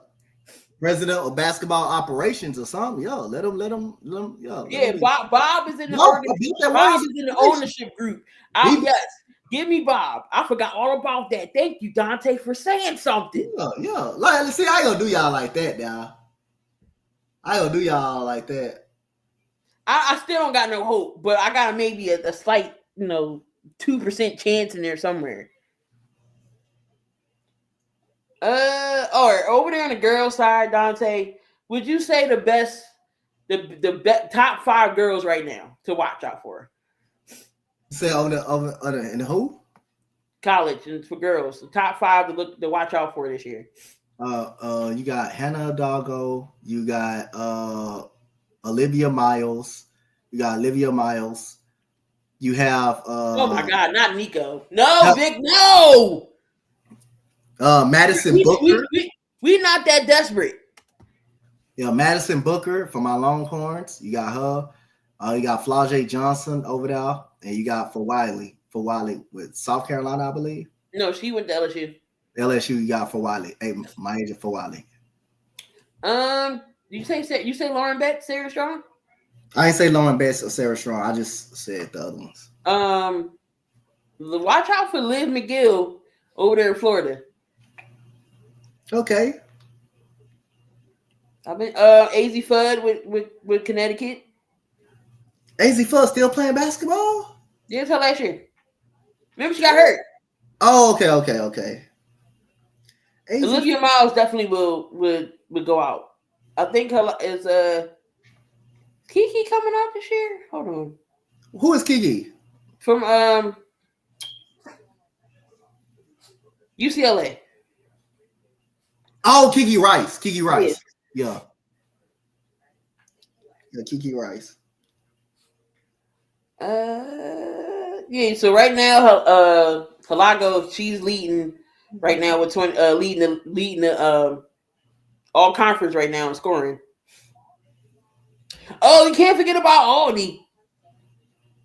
You said who? Aldi Cricks. Oh yeah. Iowa State. Yep. Iowa State. She been good. She good.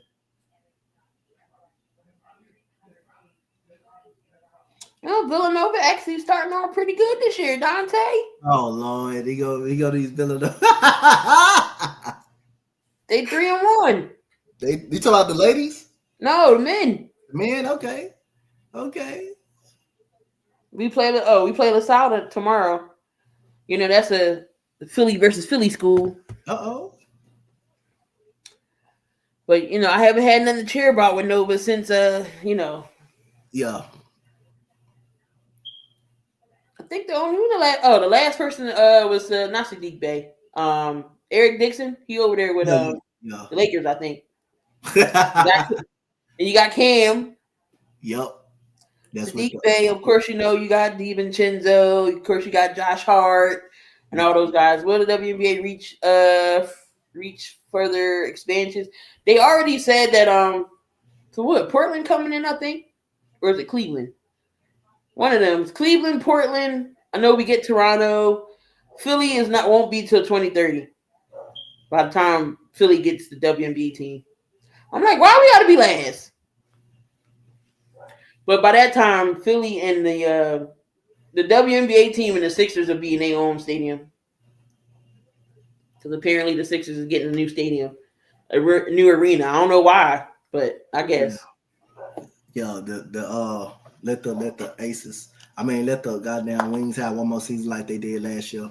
I'm gonna inspire my contract from them. Coach gonna be looking for a new team. Yeah, but I might not have a new team. I might just watch the WNBA. Yeah, so I'm gonna forfeit my contract with them and just wait till a Houston team come. He said I'm voiding my contract with y'all. I gotta resign. Yeah, I gotta resign. Yeah. He said you walking away. Yeah, I'm walking away. I'm just stop biting me. You're gonna be a hot dog. She said you'll turn me into a hot dog. Be sniffing at me. Yeah, is that sure? And then you want to come over here and play. Go over there. Yeah. But there you have it. I don't know. Should I open up the lines? Y'all gonna call in if I open them up? If Vic call in, I want to see. Oh yeah, Vic gotta hear his first. Oh Lord Jesus Christ! If Vic do call in, My goodness gracious. Hold on. Just in case, let me go get my towel just in case. Hold on. I had to make sure that the line still works. All right, y'all. So we're gonna have it open for a little bit. So if you need to come up here, voice your opinions, questions, concerns, comments, the phone lines is open. So hold on, I'm put the number up here.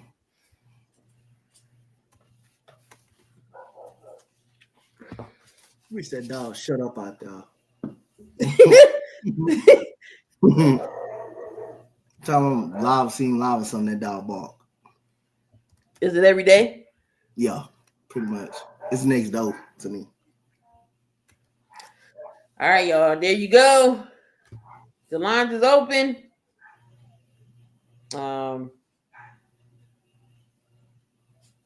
Whoever wanna, who the hell called? Okay, whoever wanna call, there it is.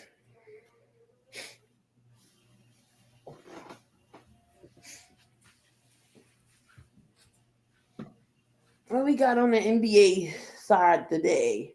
I got watching these games. Hold on. So we got. So right now the Magic is up 4. The end of the first quarter, 36-32. You got the Nets and Celtics at 7:30. You got the Pistons and the Hawks at 7:30. You got the Grizzlies and the Spurs, Jazz and Lakers, and then the Sun and the Trailblazers. Yeah. What do you think about Boston playing so far without Tatum and everything? Yeah, I think that's where they should be. Where they should be at right now. I think they still make the playoffs. I still think they make the playoffs. They probably make it and make playoffs. Pacers are 1-12. God. Oh my God! Yeah, Pacers stink. Yeah. They might get a top. Ooh, what if they get the guy from BYU? AJ Samant. Yep. That's Miles Turner's replacement. Mm-hmm. Uh-oh. Oh Lord. Yeah. Vic! Press 1. To send a voicemail, press 2. Caller, are you there? Yeah, man. What's going on, Vic? I really thought y'all had like a receptionist, but it was a Google Voice.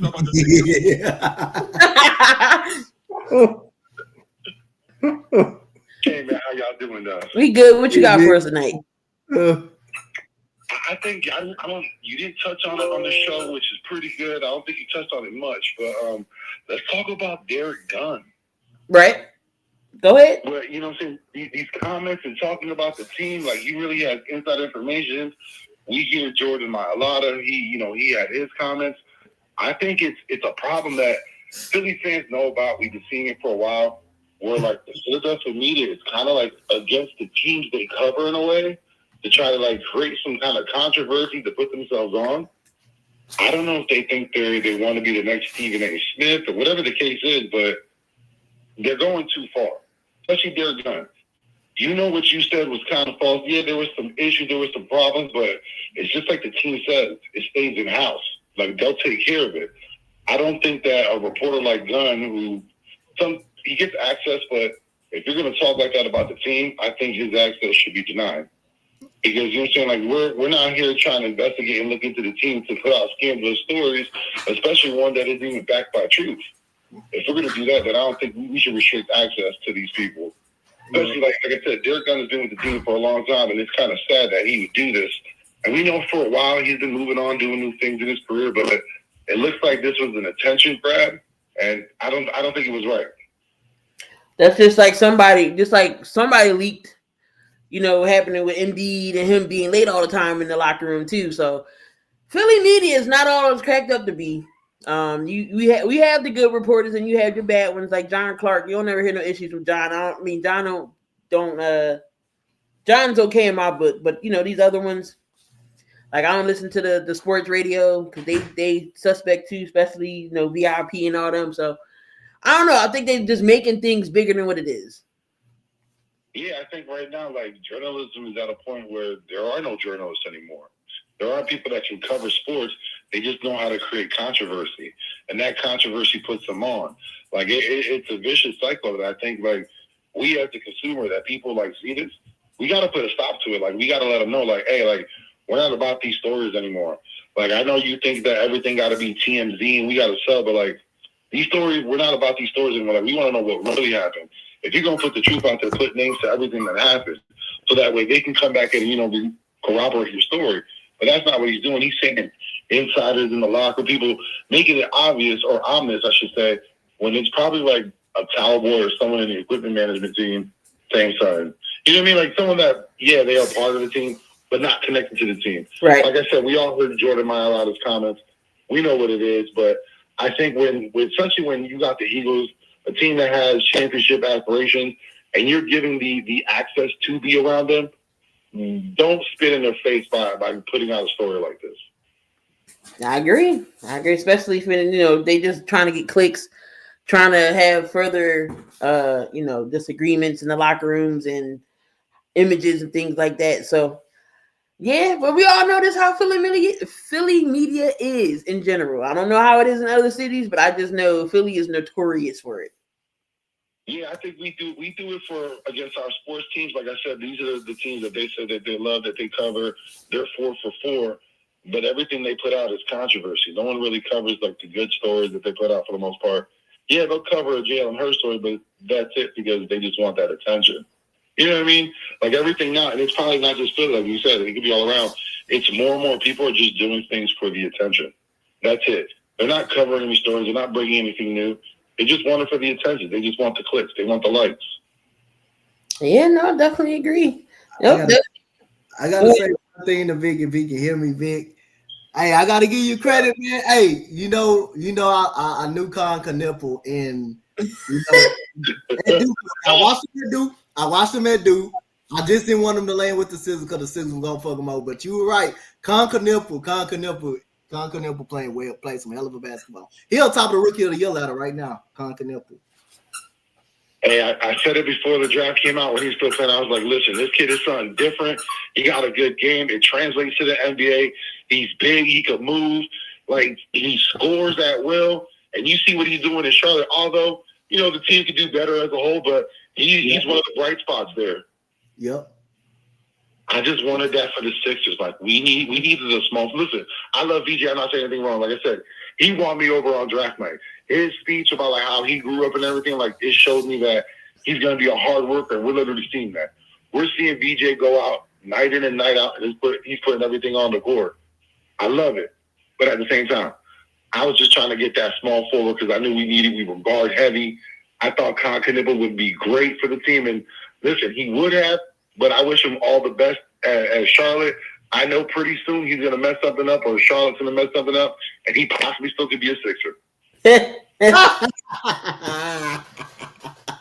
Look, if we get Bob Myers at GM, he gonna make it happen. He gonna make it. If we get Bob in, that'd be, like I said, anything other than Daryl Morey, and then we can come up and not to look at Coach and be like, Coach, I told you we were gonna get Cam Boozer. I told you this. Now, y'all gonna be too big. Y'all ain't gonna be bad enough to get Cam Boozer. Y'all ain't gonna be bad enough to get him. No, Coach, listen to me. You knew before I wasn't falling for it when the Sixers were playing well in the first 4 games. I am a seasoned Sixers fan. Mm-hmm. I know that there's so much season ahead of us that we have so much to screw up. Sure do. Y'all started 5-0. Now y'all about like 7-6. Listen, we got a 20-game losing streak in us. Oh, no. If everybody healthy now, if everybody healthy, y'all, you think you still got the type of losing streak on y'all? Even if Joel gets healthy, he don't got no lift no more. Them needs is done. But see, that's the thing. That's the Sixers problem, and it's how they placate to their players. All right, I understand you want Joel to be comfortable, you want to be happy, but at the same time, no one's ever done this in his career. Say, hey, my God, I don't ever need to see you at the top of the key. I yelled every time he's on. When I'm watching and he at the top of his key. I yell every time because he don't got no lift. He don't got them knees no more. He can't be in the paint and be physical. He got to stand at the top of the key. He get to pick and roll and don't roll.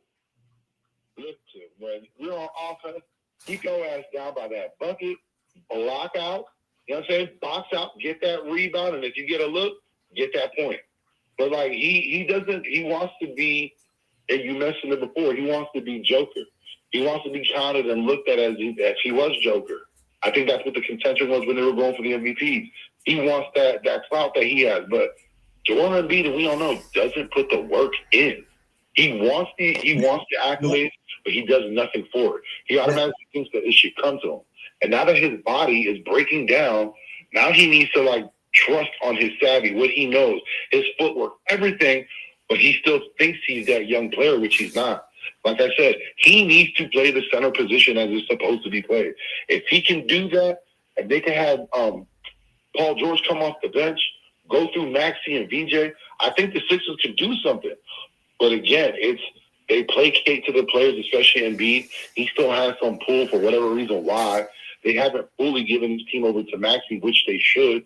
Yep. And they're just going to let him play his game. We've already seen it. Load management, crazy.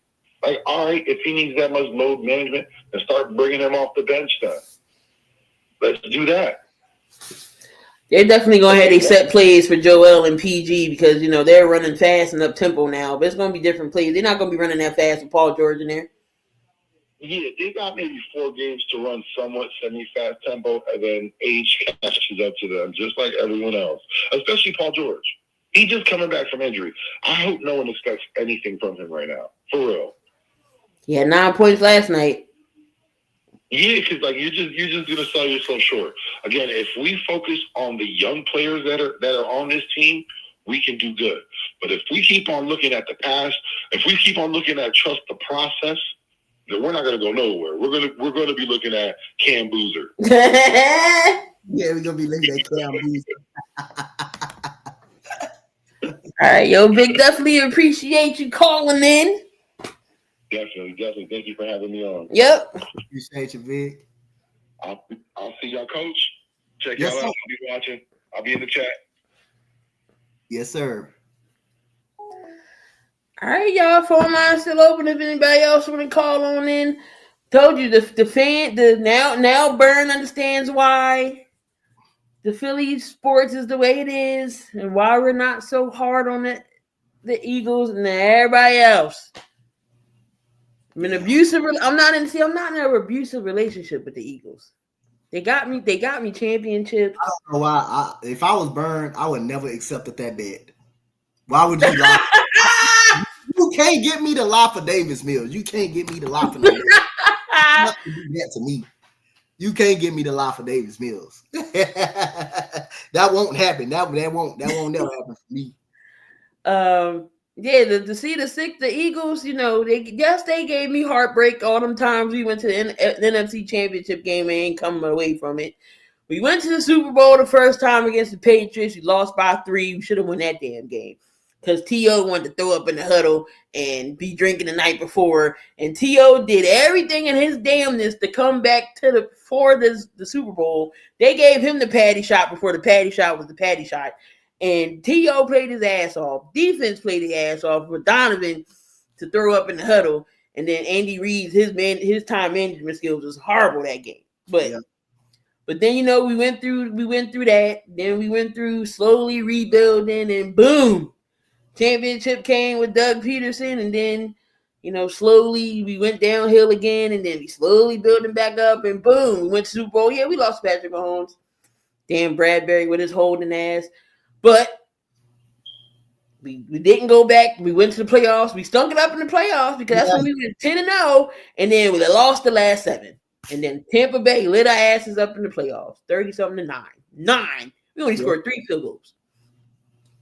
Came back the next year, won a championship. So that's why I'm not as hard on the Eagles as the other 2 teams. I wouldn't be either though. They delivered me a championship, so hey. 2 championships, yeah, but like the recent championship they delivered, so I can't be too pissed off at them. Yeah, but the Sixers, we haven't won one since 83. So since who? 83. 83? That was the last time they won? I wasn't thought of yet. I came the next year. 83. It's been a long ass time. Just like Freddie said, 50 years has really been that bad. Yeah. 42. 42 years?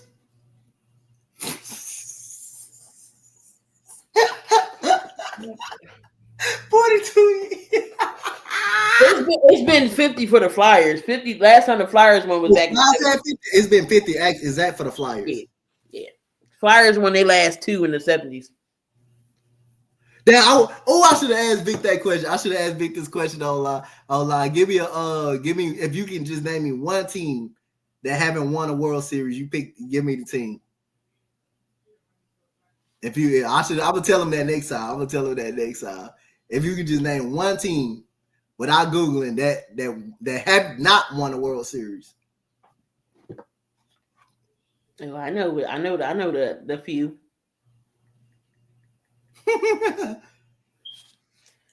Just like the Yankees got the most in MLB. They got 27. The Canadians in hockey, they got the most. I think they got like 20 something. The thing with hockey is on the Stanley Cup, the team who won it every year is on the Stanley Cup.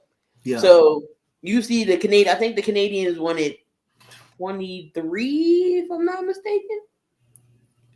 Mm-hmm. But they stink now. Canadians is ass. Dang, the Canadians won that many Stanley Cups. Yeah, the Canadians stink.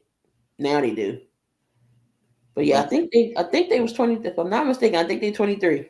So the most WNBA championships is the Comets, right? Yep, that will always be their record. 4 in a row, yeah. 4 in a row. The Aces got 3 championships, or they got 1, 2. Aces got 3. All right, so they may end up catching the Comets, but it would never be a 4-peat though. It would never be. We will never see another 4-peat. No. Yeah. Most teams. Hold on. WNBA.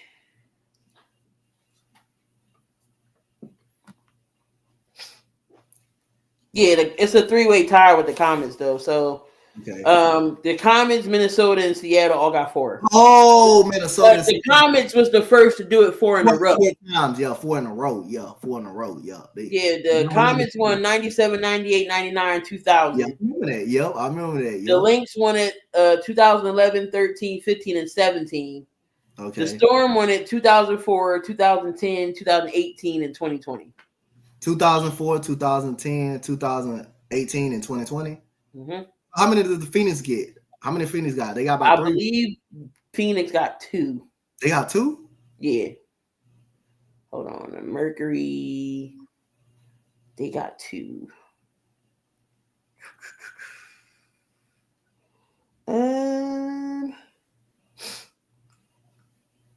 They had a chance to. Who would have thought they would have went to the finals? I mean, they had a chance to win it though, but the Aces were just too damn good. So, oh shit, they got 3. yeah, I know they because how many DeWanna Bonner won with them? She won 1 title. She got 1. I think she got 2. 2 of them with the Mercury. 2007, 2009, and 2014 is when they won. Okay. And I know you had the Sky. They won. I think they beat the Phoenix Mercury, right? The Sky got 1. Yeah. I think the Sparks got 3 or 2. I think the Sparks got 2. They got 2. They won with Lisa Leslie. Did they win one with Lisa? They won one with Lisa Leslie and Candace Parker, and then NECA got 1. Yeah. So Mecca and Candace got 1. They got 1 on they both was on the same team when they got it, right? Yeah. Mecca and Candace, okay. So hold on, let me go through. I know the Detroit Shot got a championship. I know they got a title. So we had going all the way back from when everything started. So 97, the Comets won them first 4. Yep. Then the Sparks won back to back. 2001, 2002. Yeah, Detroit won 2003.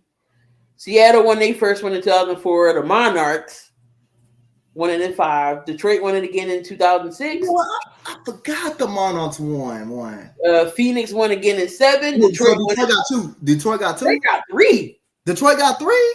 2008, 2006, and 2004. Okay. Phoenix won it in 2009. The Mercury, Mhm. the Storm won it in 2010. Okay. Then you had Minnesota 2011. Indiana won it in 2012. Okay. Phoenix won it again in 2013. Mercury won it again in 2014. Minnesota won it again in 2015. Mm-hmm. Sparks won it in 16. That was with Candace Parker and NECA. Okay. Minnesota won it again. Damn. 2018, the Storm did. Okay. 2019, that's that mixed team with Deladon. Uh-huh. The Storm won it again in 2020. Then we had Chicago, the Aces twice, the Liberty, then the Aces again. Yeah. I want to know who's on them Detroit. You said the Detroit Shocks won 3 of them. I want to know who's all on them teams. And Tamika Catches was on the FIBA when they won, right? So Cappy Poindexter won MVP that year. That was for the Phoenix shot. That was for Phoenix. Okay. We had the Deanna Nolan. I remember Deanna. Yep. She was she was your top points. Yeah. I forget, was Lisa, I mean not Lisa Leslie, was Dawn Staley on that team when they won? I know Katie Smith was on one of those championship teams. Yeah, Becky Hammons was with she was with San Antonio. Yeah. They went to the finals that year against Detroit, so she played on that team. Becky Hammond. You had Taj. I remember her, Taj McWilliams Franklin. Yeah, I remember her. Yep. Of course, Cynthia Cooper. Cynthia Cooper was on what? No, we're talking about the Comets. That was she was the leading scorers for the Comets team. You had Lisa Leslie. You had Yolanda Griffin. I remember her with Sacramento. Yep. Of course, Tarazi. Maya Moore, who's a beast. Tarazi again. Sylvia Fowles. Yep. Brianna Stewart. You had Misa Min. Mm-hmm. Yeah, I mean, them girls had them. Chelsea Gray, Brittany Griner. Yep. Oh, those were the MVPs. Yeah, those were the the leading scorers that year. No, okay. In the playoffs. Oh, the top performers in the playoffs. Okay, got you.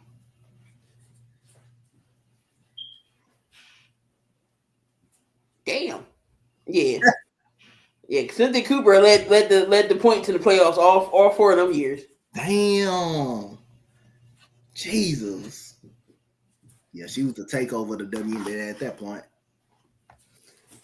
Yeah, her and Cheryl Miller used to go to high school together. I mean, used to play in college together and everything. Yeah, I remember. They used to battle. Yeah, I heard about that. Yo, he said they didn't like each other. Yeah, but Cheryl Miller was a bad man. Yeah, she was. I would have loved to see Cheryl Miller in the WNBA. Can you imagine? Yep. I mean, she taught Reggie all she knew. I remember. Before we get up out of here, I remember Cynthia Cooper. She was the Michael Jordan of the WNBA at that time. Them all 4 years, yeah, she was that. Coop was different. Coop was definitely different. Yeah, she was. All right, y'all. Appreciate y'all for tuning in. We actually went 2 hours a day. Not bad, not bad. Appreciate Vic for calling in again. Well, I'm sure we probably be next week, see what the schedule looking like. Talk some more mess. Hopefully we get more people calling in, but it is what it is. But appreciate y'all for tuning in to another episode of 7200 Seconds. My guy, Coach Donte. We'll be back to see who made Coach's list this time. Talking some more, more football. Hopefully nobody else gets suspended or nothing else happens. But yeah, stay tuned. Y'all enjoy the rest of y'all evening. And see y'all. See y'all.